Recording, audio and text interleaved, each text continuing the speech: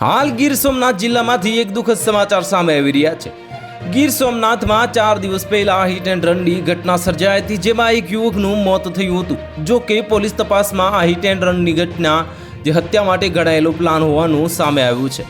આ હત્યાનો પ્લાન સગીર એ તેની પ્રેમિકા સાથે મળી અને બહેનને હેરાન કરતા યુવક માટે ઘડ્યો હતો।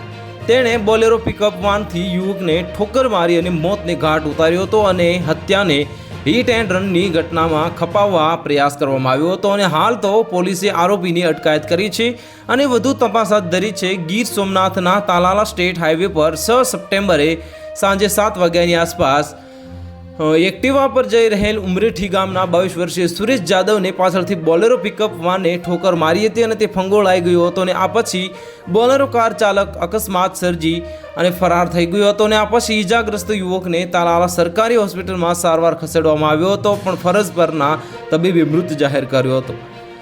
આ પ્રાથમિક દ્રષ્ટિએ આ હિટ એન્ડ રનની ઘટના અકસ્માત હોય તેવું લાગ્યું, પણ આ ઘટનામાં ગીર સોમનાથ એલસીબી દ્વારા ઊંડી તપાસ હાથ ધરવામાં આવી હતી। ત્યારે હત્યાનો ઘટસ્ફોટ થયો હતો અને ત્યારે જાદવને આ ઉમરેઠી ગામના સગીરે ખૂબ જ સિફતપૂર્વક મોતને ઘાટ ઉતાર્યો અને ઘટનાને અકસ્માતમાં ખપાવવા પોલીસની આંખમાં ધૂળ છાંટવાનો પ્રયાસ કર્યો હતો।